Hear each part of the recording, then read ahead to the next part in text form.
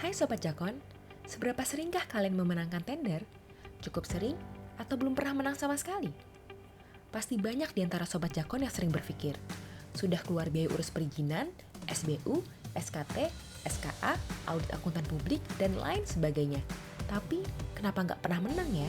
Tenang Sobat Jakon, ada solusinya. Ini dia, 3 strategi jitu memenangkan tender. Yang pertama, Sobat Jakon harus memahami dulu persyaratan tender. Ketika diumumkan akan ada pemilihan, maka kita harus segera mencari tahu apa saja kualifikasi dan juga penawaran yang dibutuhkan. Dari mulai administratif, teknis, hingga keuangan atau biaya yang dibutuhkan. Karena nantinya akan ada evaluasi dalam pemilihan yang ditujukan untuk menilai penyedianya dan menilai penawaran barang atau jasanya. Selanjutnya adalah persiapan checklist persyaratan. Diawali dengan tahapan kualifikasi administrasi. Lakukanlah pengecekan terhadap surat izin usaha jasa konstruksi atau SIUJK.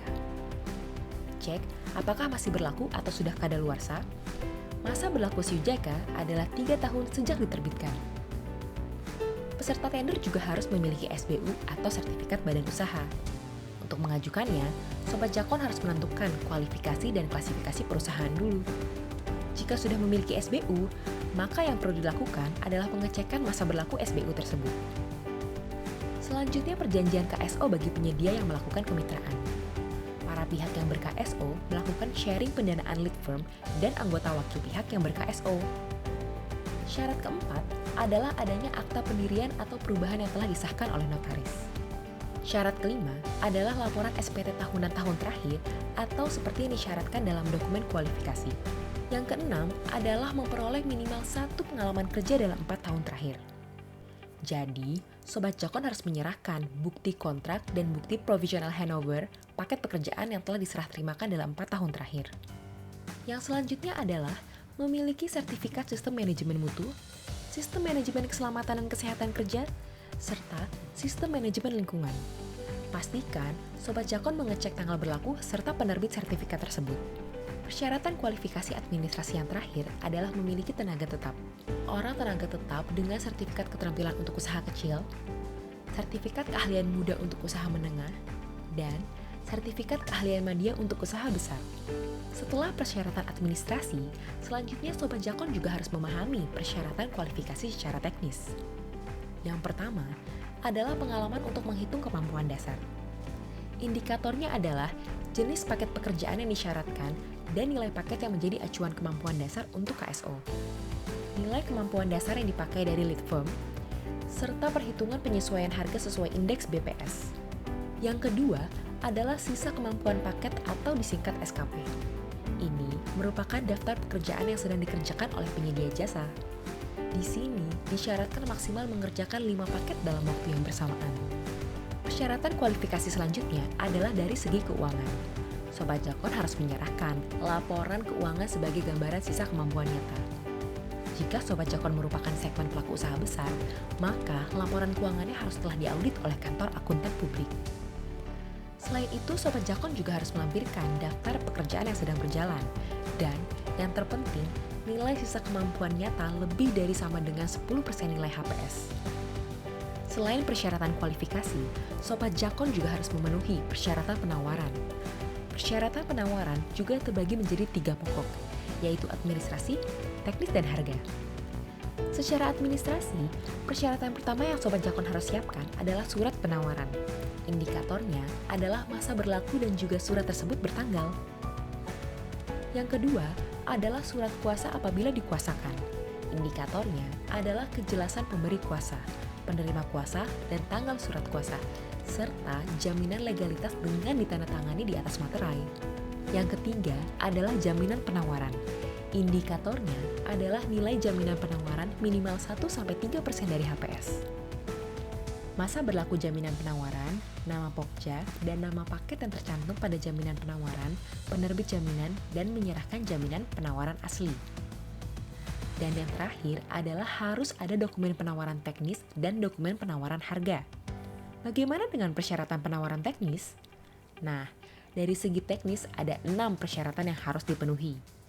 Pertama, yaitu metode pelaksanaan. Metode ini harus ada untuk semua pekerjaan utama. Perhatikan kesesuaian dengan peralatan yang diusulkan dan spesifikasi atau volume yang diminta. Selanjutnya adalah jangka waktu pelaksanaan pekerjaan. Ini tidak melebihi dari yang sudah dipersyaratkan di dalam dokumen pemilihan. Syarat ketiga adalah personil manajerial. Di sini, personel harus memenuhi persyaratan pendidikan dan pengalaman, disertai CV atau referensi dan surat pernyataan yang memiliki sertifikat kompetensi kerja. Hal ini guna mempermudah pengecekan apabila ada perubahan atau penambahan personil. Yang keempat adalah peralatan.